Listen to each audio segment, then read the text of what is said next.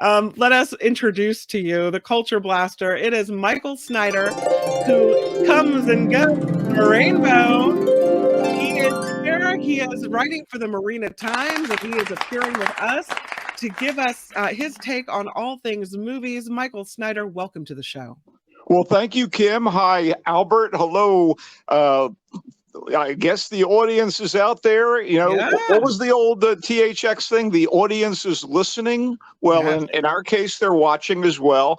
And I'm excited. I just heard the results of the worst place to live in America poll. The winner for the 5th year in a row, Tuberville. Can you believe it? I can indeed believe it. Yes, indeed. Hey,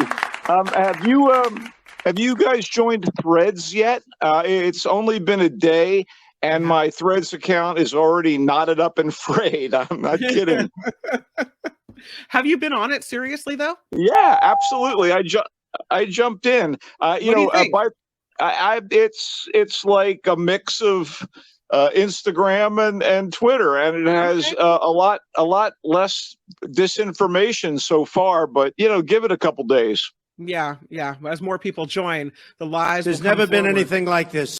They say in one day, 30 million people signed up. So that's nothing to sneeze at, right? Yeah. I was one of them. Look, I'm not a big fan of Zuckerberg. The Zuck, can go suck. But I will say that he's easier to stomach than Elon Musk. And boy, that's saying, do you prefer a headache to an upset stomach? But in case you want to check out my account in all its wit, insight, and tasteful imagery, my handle at Threads is the same as my handle at Instagram, Mike the Knife 123, all lowercase, Mike the Knife 123. But on the other hand, don't. It's cool with me. I don't care. Well, what I do care about is what you think about the movie. So you want to start with Joyride?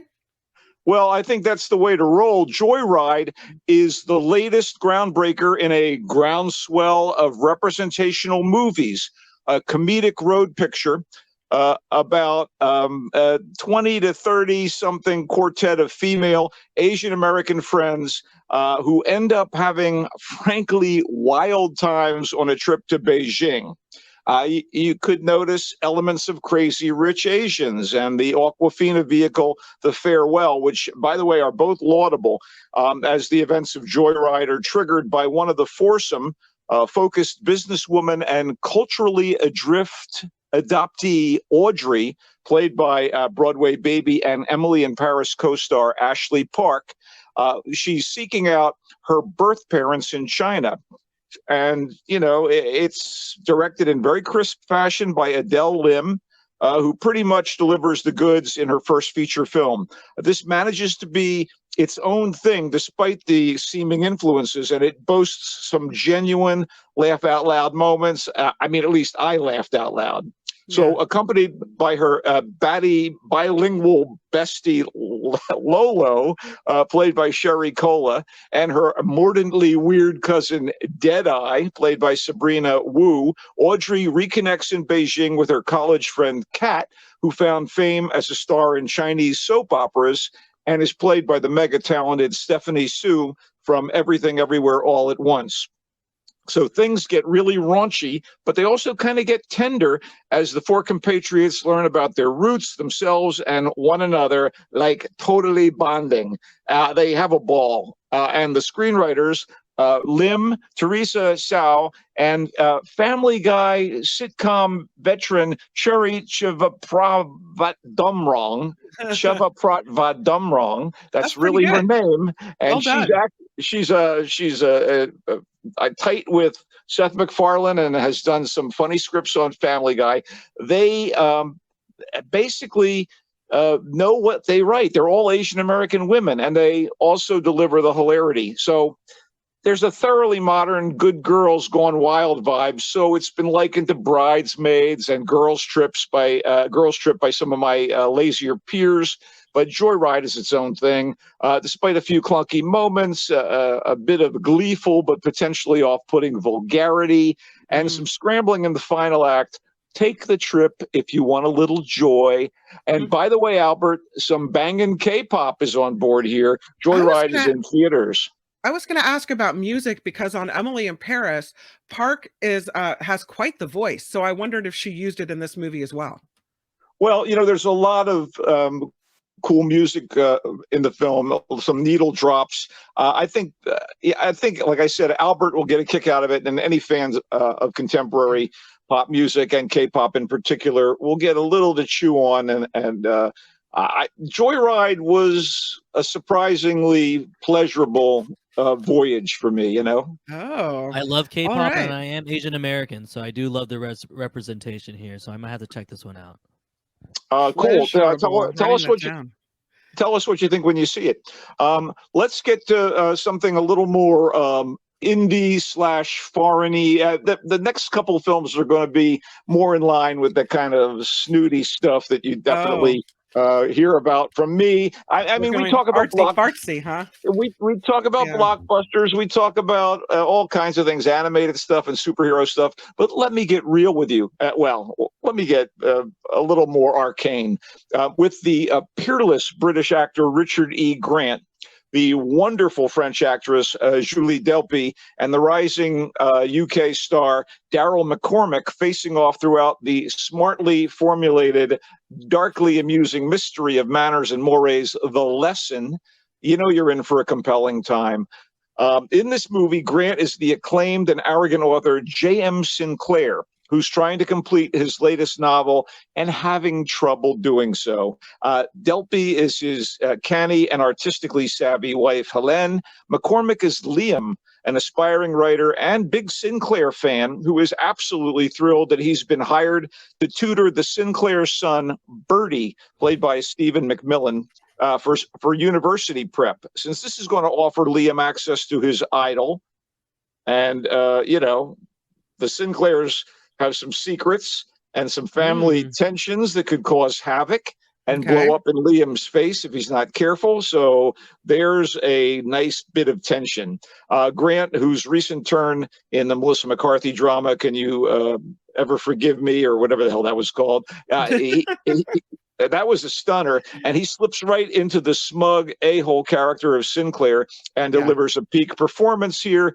Delpy, probably best known in the U.S. for co-starring with Ethan Hawke in the Romantic Before Sunrise trilogy, has been kind of laying low for a few years and is such a welcome presence here, and in any movie for that matter. Welcome back, Julie. And McCormack, who was a find as the caring gigolo opposite Emma Thompson in Good Luck to You, Leo Grand, and just as good in the recent Apple TV series Bad Sisters, continues to show his range and on-screen charisma as the beleaguered Liam.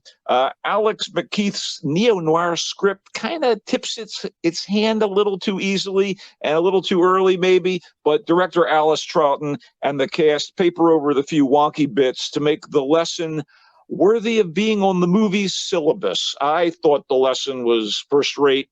It's in theaters. Okay. First rate. Well, that makes me kind of want to see it. Is it in English or is it in a different language? It's in English since it's set in England and stars English actor Richard E. Grant and from the UK. By the way, Julie Delpy is quite bilingual. She's lived here on the West Coast for quite a while. I think she has split her time between here and France and does her share of English language films such as Before Sunrise. Okay, let's move to the Biosphere. Okay, speaking of actors elevating material, Sterling K. Brown of This Is Us and Mark Duplass of the indie filmmaking and acting Duplass Brothers are the stars of a strange and fascinating two-hander entitled Biosphere, and that, of course, is not to be confused with the bonehead Pauly Shore comedy Biodome. No, this is different. And the Brown Duplass duo actually make Biosphere work to a point. Here's the premise. I love the picture of them with their little faces sticking out of the egg on the movie poster. Well, there you go. You're intrigued. The poster did its job. You're intrigued. Yes. Okay. So anyway, again, the premise. In the aftermath of a world-decimating apocalypse, or I don't know, a nuclear holocaust, two men have been surviving in a self-contained, domed environment. They were apparently both deeply connected to what went bad, and now their supplies may be running out, while an external anomaly could possibly undermine the integrity of the dome. Are they the last men on Earth? Maybe, maybe not. But if so, how will humanity survive? Is there any hope of adaptation amid the ruined terrain? So Biosphere, co-written by Duplass and director Mel Eslin, has moments of dry humor, musings on society, politics, and gender, and great chemistry between its co-leads. In fact, the movie's biggest selling point is the interplay between Brown and Duplass, who are pretty fearless in their approach to some rather uncomfy material. Ultimately, Biosphere seemed a little too sketchy, not fully formed, but its provocative ideas and the commitment shown by Brown and Duplass were enough to keep me watching until a rather truncated end. So, more on the positive side than the negative side, but I don't know that this will be for everyone. I was kind of caught up in it. It's in theaters, again, Biosphere. Okay. And what about Scarlet?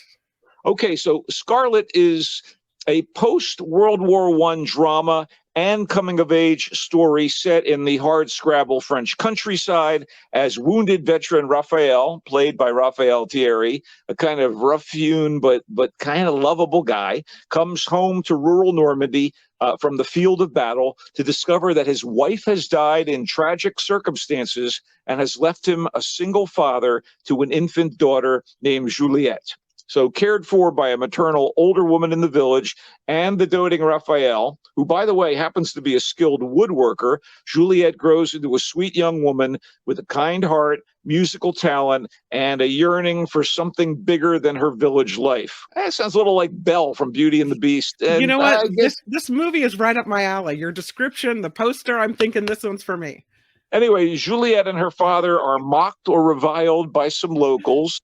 And so that's not pleasant, but even worse, her dreams seem destined to never be realized until a handsome adventurer, played by the jaunty French leading man Louis Garrel, crashes his plane in a nearby field and sparks fly between the two of them. Still, the path to true love is never an easy one, especially in a gentle fable with music like Scarlet, which was directed, by the way, and co-written with a light touch by Pietro Marcello. Juliette Jouin, who I'd never seen in films, total newcomer to me. She's absolutely charming as the grown-up Juliette. And the whole enterprise is this sort of arty, airy diversion that the French do so well. I mean, it's not a classic, Kim, but Scarlet is definitely enticing and romantic enough to merit a look. It is in French with English subtitles, so you'd have to be ready to do a little reading while you're watching. Scarlet is in theaters for now, but I bet you it'll be fun to watch and pleasing to watch at home when it finally gets to streaming. Awesome. I'm putting it on my my Michael Snyder list that I'm keeping. What about The League? Do we have another baseball documentary coming out? Yeah, and a really good one. While our Giants are struggling to make some headway in the National League West, and they're playing against one of their opponents, the Rockies, this weekend, The League has been released, and it is a detailed and invigorating documentary about Negro League baseball. Its highs, its lows, how it fits in the grand sociological scheme of things. And there's all this archival footage and interviews that are absolutely fascinating. And I guess things that were unearthed that we've never seen. And that means interviews with legends like Buck O'Neill and Satchel Paige. These guys basically built a style of baseball that eventually, and it was great baseball, that compelled the racist owners of Major League Baseball to start admitting black players, obviously led by Jackie Robinson. And even guys like Willie Mays played in the Negro Leagues. And I just thought it was really just very moving and very informative. And you learned about all of these like rival teams and feuds, and it was an amazing thing. And it actually was a means by which the black population could come together in a public circumstance without any kind of fear of coming up against, the sort of racist bigotry and hysteria that did mark parts of American history. And these guys were phenomenal players. They were just, amazing athletes. And, it ended up being integral to bringing black players into the major leagues where, it's de rigueur now. You got the talent, you get in, man. It's kind of great. I'm going to ding you for integral and de rigueur. Both. Oh, boom, boom. You do you. By the way, it's in theaters this weekend, and it will go to streaming in a week. And it does also I'd like to see the movie supported in theaters, but it seems like something that'll be great to watch at home. Documentaries do scan well at home, generally speaking. The League, by the way, was directed by a gentleman by the name of Samuel D. Pollard, and kudos to him. This, by the way, there's rough language and stuff about violence. There's racism on display here, but it's absolutely worth seeing. Do you want to do a quick review of the worst ones or talk about The Hitchhiker?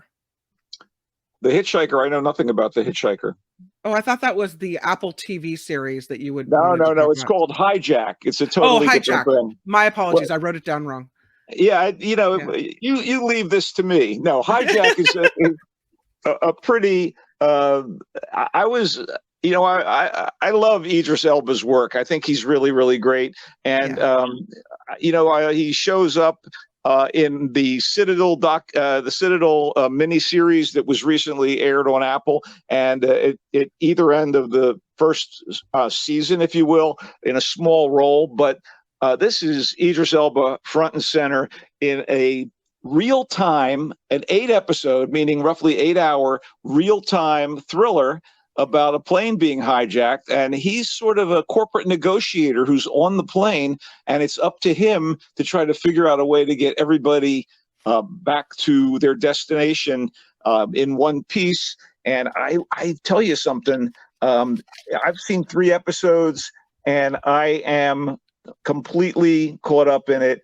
It's really I'm like, bring on the next episode, please. This is making me crazy. That kind of feeling where you kind of want to, you can't wait. One of the reasons people sometimes do wait in these cases and want to binge is for the very reason that I'm saying.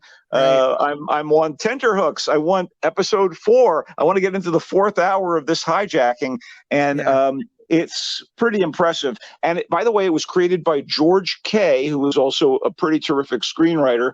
And he's the guy behind the recent Lupin series on Netflix, which I absolutely loved, and a cool British crime drama called Criminal, and some of its offshoots. So I thought I was in good hands, and in fact, I was. Idris Elba is Sam Nelson, who's caught in the middle of this thing. And man, the guy's got charisma for days, and the story's really cool.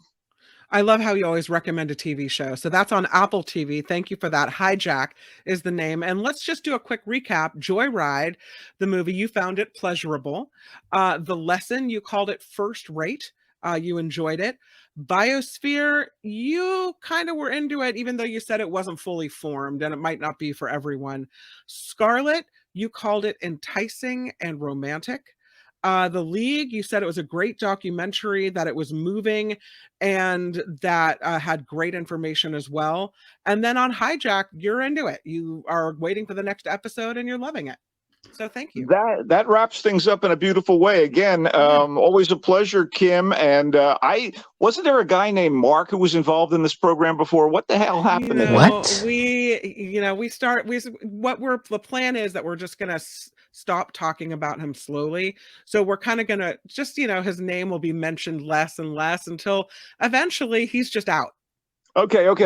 High marks for that. Anyway, great to be here. Looking forward to next week. And in the meantime, go Giants. Hey, which one do you use, Mark Thompson? Michael Snyder. We really appreciate you. Thank you for being here. He comes and goes on a rainbow. Happy weekend, everybody. Hi, it's Mark, and I thought that was great. Hit the notification bell, you'll know whenever there's a new video being dropped, and please subscribe to our channel to help us save the universe.